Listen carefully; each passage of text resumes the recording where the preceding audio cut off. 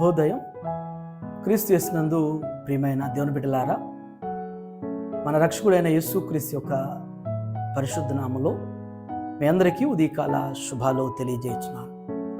మన టిఎల్సి అనుదిన ఆహారంలో మొదటి సమూయేలు గ్రంథం 2వ అధ్యాయంలో 7వ వచనంలో ఉన్నటువంటి ఒక తలంపును ఈ ఉదయం మన జ్ఞాపకం చేసుకుందాం. యెహోవా దారిద్ర్యమును ఐశ్వర్యమును కలుగు చేయవాడు, కృంగజేయవాడును లేవనెత్తువాడును ఆయనే. దేవుని బిడ్డలారా, దేవుని యొక్క ఔన్నత్యాన్ని, దేవుని యొక్క శక్తిని ప్రచురపరిచేటువంటి మాట ఇది. ఈ మాటలో 2 శ్రేష్టమైనటువంటి తలంపులు జ్ఞాపకం చేయబడుతున్నాయి. యెహోవా దారిద్ర్యమును ఐశ్వర్యమును కలుగు చేయవాడు. ధనవంతులను చేయాలన్నా దరిద్రులను చేయాలన్నా కానీ దేవుని వలన అవుతుంది. ఏ మనుషుడు ఏ వ్యక్తిని దరిద్రుని చేయలేడు, ఏ వ్యక్తిని ధనవంతుడు చేయలేడు.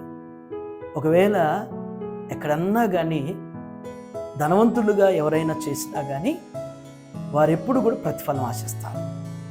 అనేకులకు చెప్పుకుంటారు, నా వల్లనే, నేను చేయటం వల్లనే ధనవంతుడయ్యాడు, నేను చేయటం వల్లనే ప్రయోజకుడయ్యాడు, నా వల్లనే అని చెప్పేసి చెప్పుకుంటారు.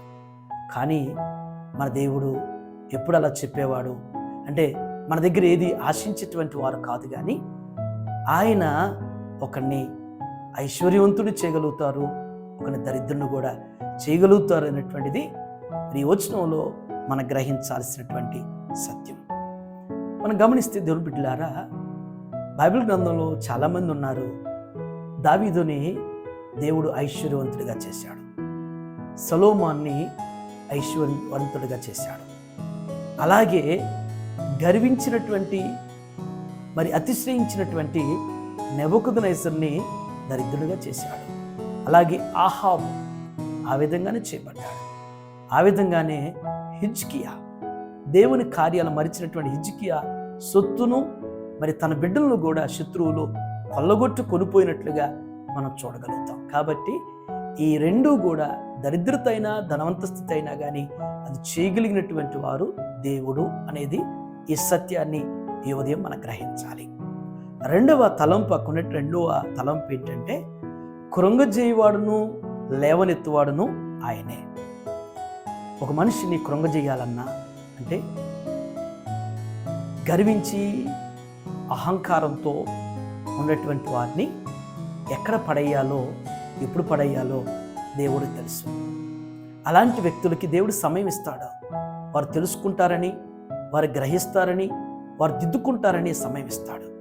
కానీ వారి అహం వల్ల, వారి అతిశ్రయం వల్ల, వారి గర్వం వల్ల వారు గ్రహించలేకపోతారు. వారు అనుకోని రీతిలోనే, తెలియనటువంటి రీతిలో వారు పడిపోతారు, కృంగిపోతారు, తెలియకుండానే కృషించిపోతారు. దేవుడు ఆ స్థితి కూడా వారికి ఇస్తాడంట ఆ విధంగా. ఎందుకంటే వారికి సమయం ఇచ్చాడు తెలుసుకోవటానికి, దిద్దుకోవటానికి. వారు తెలుసుకోలేదు, నేర్చుకోలేదు, దిద్దుకోలేదు, కాబట్టే పడిపోయారు. ఎందరో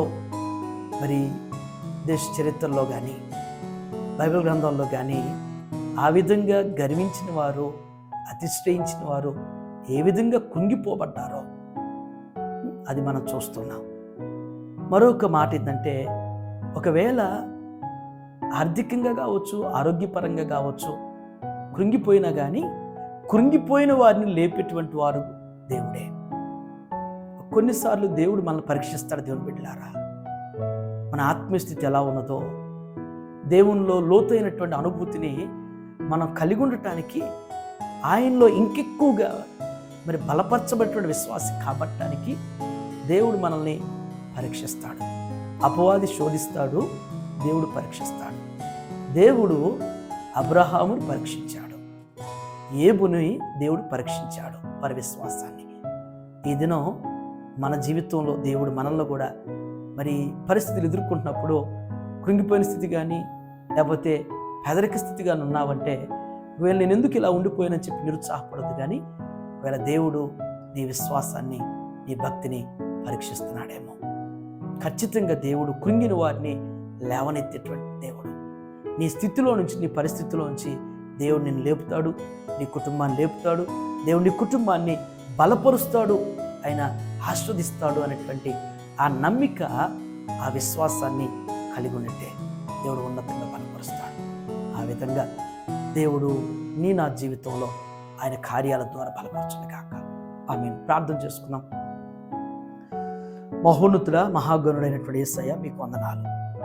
శ్రేష్టమైనటువంటి తలంపు ద్వారా మాతో మీరు మాట్లాడినందుకు వందనాలు చెల్లిస్తున్నాం. ఒక వ్యక్తిని ప్రభువా ధనవంతుడు చేయాలన్నా, దరిద్రుడు చేయాలన్నా అది మీరు చేయగలుగుతారు ప్రభువా. అయ్యా, మీ బిడ్డలు అయినటువంటి వారిని మీ చిత్తానుసారంగా జీవిస్తున్నప్పుడు వారిని ఆస్వాదించి అభివృద్ధిపరుస్తారు. మీరు ఆస్వాదించినప్పుడు నాయన మిమ్మల్ని మరిచి ఎవరైతే అయ్యా అతిశ్రయపడతారో, అహంకారంతో ఉంటారో వారిని ఏ విధంగా కృంగదీస్తారో, వారు ఏ రీతిగా పడిపోజేస్తారో, వారు ఏ రీతిగా పతనమైపోతారో అనేటువంటిది కూడా మీరు జ్ఞాపకం చేశారు.